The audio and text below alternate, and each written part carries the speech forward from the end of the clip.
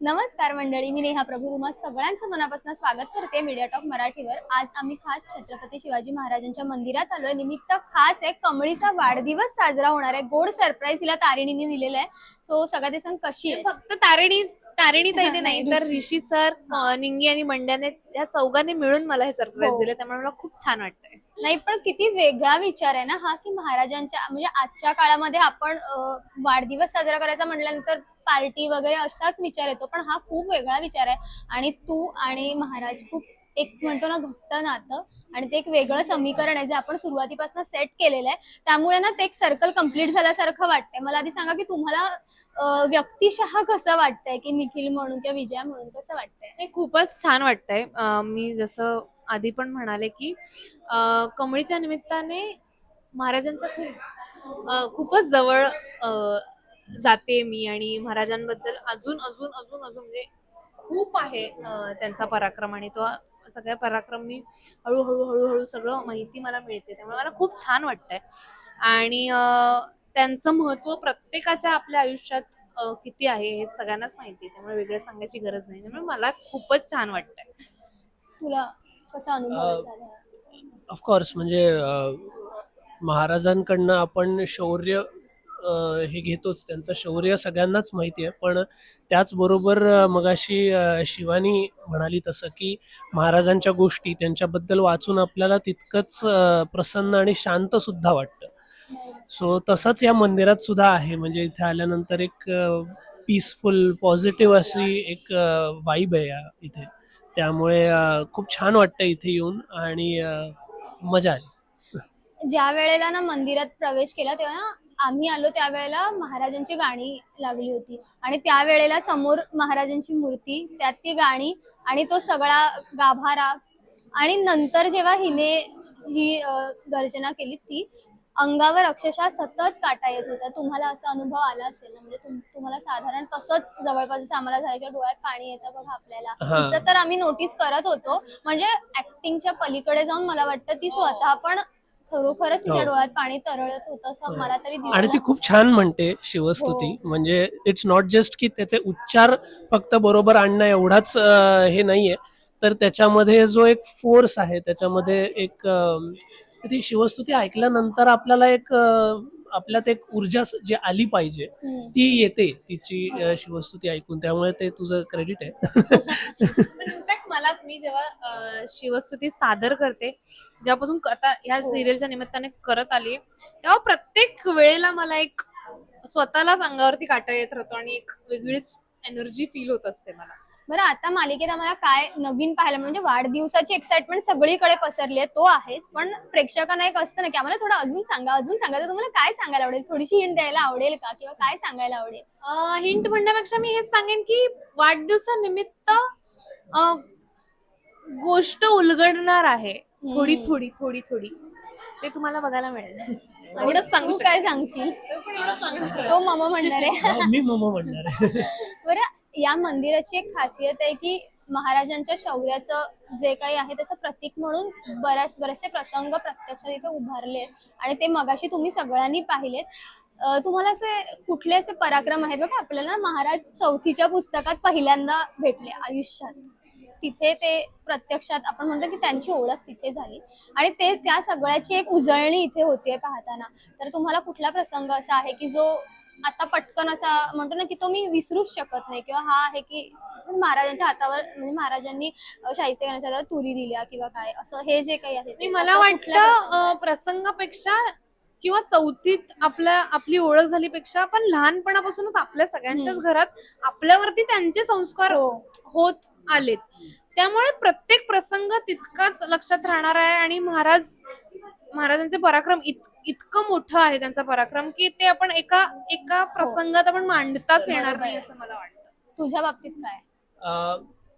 विजया म्हणाली ते अगदीच बरोबर आहे. कारण एका कुठल्या तरी पराक्रमाबद्दल बोलून काय होणार नाही, कारण खूप आहेत आणि प्रत्येक गोष्टीतनं काही ना काही शिकण्यासारखं आहे.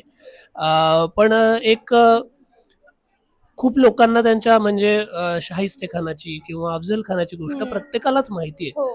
पण अशाही काही गोष्टी आहेत की ज्या तेवढ्या प्रचलित नाही आहेत, पण त्या सुद्धा तितक्याच महत्वाच्या आहेत, तितक्याच शिकून काहीतरी जाणाऱ्या आहेत. जसं की महाराजांनी जे नेव्ही उभी केली, हो, याबद्दल खूप आरमार कमी उभं लोक केलं. बोलतात. आरमार उभं केलं, तर ती खूप एक दूरदृष्टी होती महाराजांची. सो त्यातनं आपण हे शिकू शकतो की आपण आज काय ट्रेंडिंग आहे यापेक्षा सुद्धा उद्याची गरज काय आहे याचा विचार करून आत्ताच जर का आपण त्याची तयारी सुरू केली तर आपल्याला पुढे जाऊन आपलं आयुष्य सुखकर होऊ शकतं. बरं, आज ना तुम्ही यायच्या आधी ज्या वेळेला आम्ही आलो होतो त्यावेळेला ना आसपास सगळे प्रेक्षक जे आहेत साधारण इथली मंडळी गावातली ती फार एक्साइटमेंट म्हणजे होती त्यांच्यामध्ये की माहितीये का ही कमळी येणार आहे, तिने का टीव्ही मध्ये दिसते कमळी किंवा तारिणी. तर ती एक्साइटमेंट आणि तुम्हाला भेटले असतील ना बरेचसे प्रेक्षक, तुम्हाला कसं वाटलं किंवा किती छान वाटलं? कारण की भाबडी माणसं असतात त्यांच्यासाठी ना सेलिब्रिटीच्या पलीकडे जाऊन तुम्ही खूप मोठे असता काहीतरी.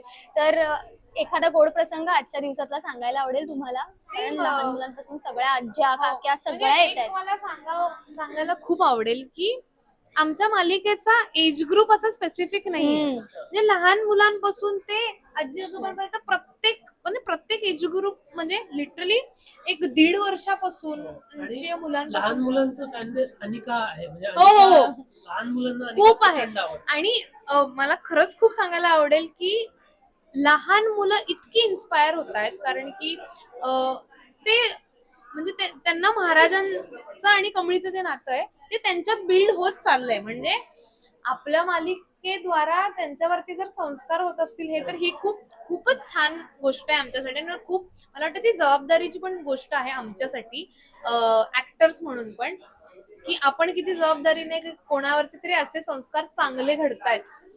तर हे खूप छान वाटतंय, खूप चांगली फिलिंग आहे. आणि हा जो काही प्रयोग आहे आणि झी मराठी नेहमीच वेगवेगळे प्रयोग करत असतं. आणि आता आपण आधी पण बघितलं की आपण मालिकेच्या सुरुवातीला पण आपण असाच एक वेगळा काहीतरी कार्यक्रम केला होता. आता सुद्धा तसा मला वाटतं की आम्ही आता उत्सुक आहोत की आणखीन काय काय नवीन प्रयोग घडणार आहेत. आणि आम्ही आम्हाला स्वतः तितके उत्सुक आहोत कारण की मालिकेच्या निमित्ताने बऱ्याच गोष्टी घडल्यात. म्हणजे आजवर मालिकेच्या प्रमोशन किंवा म्हणजे ह्याच्यातच म्हणजे सिरियल मध्ये सुद्धा अशा गोष्टी स्टोरी वाईज पण अशा गोष्टी घडल्या नाहीयेत ज्या कमळीच्या निमित्ताने घडतो ना. आम्हाला तेवढीच उत्सुकता आहे. बरं, जाता महाराजांच्या इथे आपण आहोत म्हणून जर आज महाराज असते तर असा प्रश्न जर विचारला तर काय सांगायला आवडेल? किती परिस्थिती वेगळी असते किंवा काय तुमच्या कल्पनेतनं काय वाटतं की काय असतं आज जर खरंच महाराज आपल्यात असते तर? असते तर पेक्षा आता आपण काय करू शकतो मला वाटतं ते जास्त महत्वाचं आहे. त्यांची शिकवण आणि त्यांचे संस्कार आपण कसे पुढे नेऊ शकतो किंवा बेसिक गोष्ट ते आपल्याला शिकवून गेलेत आणि ती आपण आपल्या जीवनात कशी आणू शकतो आणि ती पाळू शकतो हे जास्त गरजेचं असं मला वाटतं. निखिल काय म्हणायचं? महाराज असते पेक्षा सुद्धा मला असं वाटतं महाराज आहेत. आपल्यातच आहेत ते आहेत ते म्हणजे आज सुद्धा किती 300 वर्ष झाली आज त्यांच्या कालखंडाला, पण आजही आपण त्यांच्या प्रत्येक गोष्टीबद्दल तितकेच पॅशनेट आहोत. सो हीच पॅशन आपल्याला आपल्या प्रत्येकाच्या आयुष्यात आणायची आहे. त्यांनी जे त्यांच्या आयुष्यात केलं त्याच्यामुळे आज आपण इथे चांगले राहू शकतोय. आपलं एक भविष्य आज चांगलं झालेलं आहे ते त्यांच्यामुळे झालेलं आहे. सो जसं त्यांनी आपल्यासाठी केलं तसं आपण पुढच्या पिढीसाठी काहीतरी केलं पाहिजे, हा उद्देश असावा. What I feel. मला खूप छान वाटलं तुमच्याशी बोलून. मी म्हटलं तसं आम्ही खूप उत्सुक आहोत की आता नवीन काय घडणार आहे, कारण की आम्हाला कुठे यायला. आणि तुला वाढदिवसाच्या शुभेच्छा. मी खरं तर सुरुवातीला द्यायला हव्या होत्या पण दिवसभरामध्ये द्यायला विसरले. सो आमच्या सगळ्यांकडून तुला वाढदिवसाच्या शुभेच्छा. आम्ही एक्सायटेड आहोत. मला वाटतं तुम्ही पण प्रेक्षकांना सांगा कारण ते सुद्धा उत्सुक असतील. सोशल मीडियावर सगळीकडे पसरलंय 12 तारखेचं. त्यामुळे येत्या 12 डिसेंबरला आपल्या लाडक्या कमळीचा बर्थडे येतोय, तर सगळ्यांनी या बर्थडेला नक्की या असं आमचं निमंत्रण आहे तुम्हाला. आणि आय एम व्हेरी शुअर तुम्हाला खूप मज्जा येणार आहे. थँक्यू.